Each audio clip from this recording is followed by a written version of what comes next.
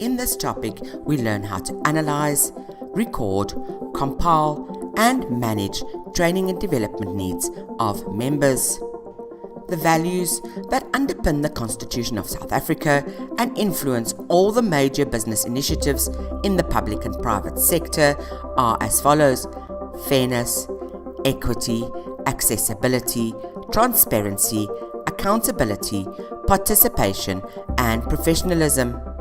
Not only is training beneficial, it is also obligatory. Legal obligations, regulations, where firms have to ensure their staff are competent, mainly for health and safety purposes. It is therefore important to know how to analyze the needs for training in the company. So here are some techniques for conducting training needs analysis. There's mainly several basic needs assessment techniques. You can use a combination of some of the following: direct observation, questionnaires, consultation with the person in key positions with specific knowledge, review of relevant literature, interviews, focus groups, tests, records and reporting duties, report studies, or even work samples.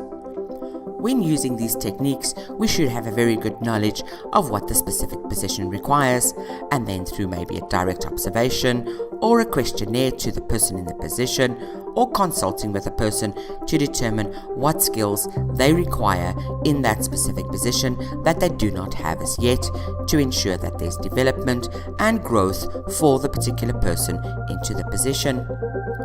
Once the need analysis has been established or specific needs have been established, the results must be recorded of this training needs analysis. An example of a needs analysis could look as follows. In the developmental issue, that column, we can place things like training and assessment skills in this case was required, the reason for the development, as well as the method and the date for achieving this objective, and then a review date and a comment section for that particular objective. Once we've drafted our reporting on our needs analysis, we can then draft a performance or a personal performance improvement plan, which will look as follows: exactly what you see on the screen. The employee name, the title, department, date, and then the performance or needs that need to be looked at or need to be addressed in terms of moving forward. The target date for the improvement to take place, whether it's training, whether it's on the job training that needs to be provided, all that information needs to be recorded, and then an agreement between the employee and the supervisor in terms of the dates of when these outcomes will be received. Once we've developed our plan, we can then go and identify the formal training needs that need to take place.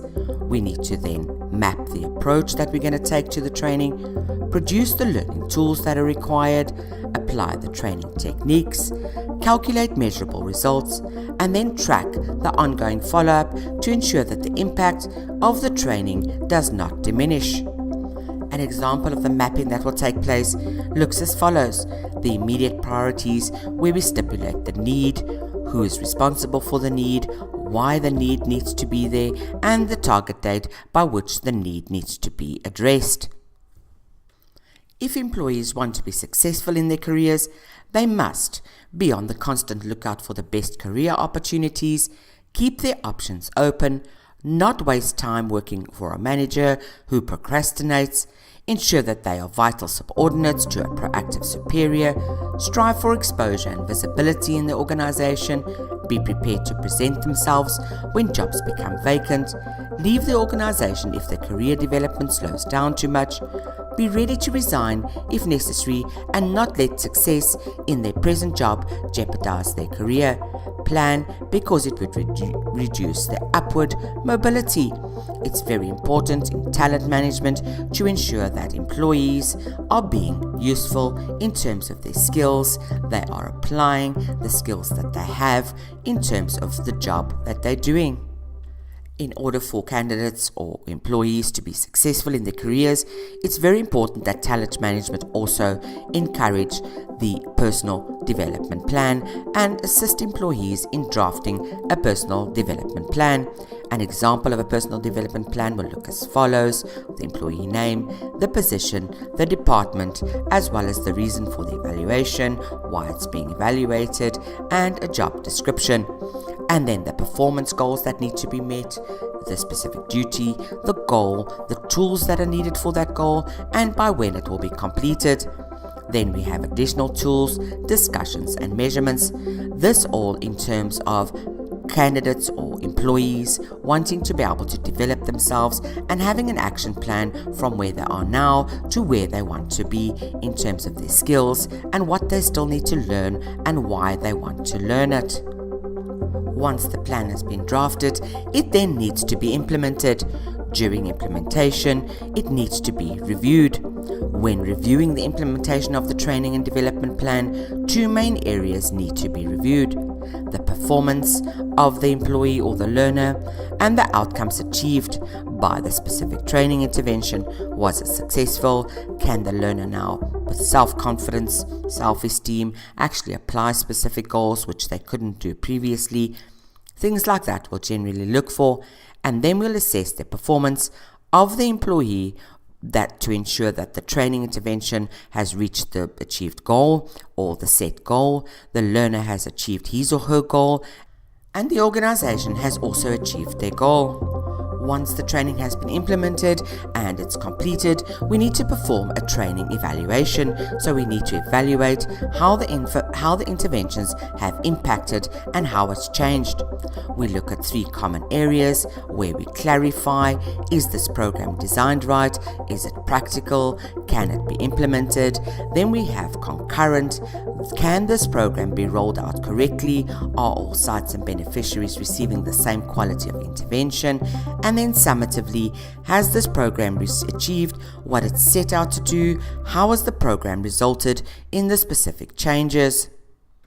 Training and development interventions usually fail because of the following: the intervention is inappropriate and not addressing the real problem. The implementation is poor quality of delivery, not all members of the target group receive the intervention as planned, or not all members receive the same intervention. There's inadequate coverage or lack of standardization. The implementation is insufficient, diluted intervention, or insufficient dosage. The target group is not receptive, lack of minimum necessary conditions for change. During training, we often get situations where employees or learners have wanted to learn a typical skill or a particular skill, not because it has anything to do with their job, but just because they want to learn it. In this case, we generally sit with poor quality delivery, and we also sit with not addressing the real problem, because in business, it's not likely that an employee should gain additional skills above what their job requires, only matching it to job. Otherwise we get overflow, we get overwhelmed. We also get not having a framework for the particular topic. The greatest cause of intervention failure is poor initial conceptualization, poor analysis of the problem, lack of clear objectives, poor implementation, design and poor planning, and lack of clear metrics to measure changes. Just as what I was discussing with you, we have situations where people want to enter training or interventions that have nothing to do with their framework, or they don't have a grounding or a base work to actually analyze or to actually be able to relate to the information that they're actually gaining. Therefore, it's very, very important that analysis is done according to a specification to ensure that growth takes place, and not just something that you pull out of the sky and say, okay, I want to learn this. I don't have a reason to learn it. I just like it. I just want it. This causes poor analysis, no clear objectives. We must have a reason why we want to learn something. Otherwise, we're going to sit with these challenges. To effectively manage talent, you want to make sure that the personal development plan is in accordance with the person's skill and their career opportunities, as well as their career direction, what they want to be, what is their personal traits, where do they want to go. Not everybody is cut out to be managers, leaders. Find your place. Make sure that you help the person who you're managing the talent for an effective way and a true reflection of where they need to be and where they actually fit in. And that's a wrap on our topic of talent management. Besides the fact that training needs need to be done to comply with legislation, this provides improved work performance. Training and development gives employees a chance to develop and grow in areas that are necessary for increased performance. In a changing world, consistent growth and learning are imperative for competitiveness in an international market. Conducting an effective needs analysis with an employee to provide growth and development not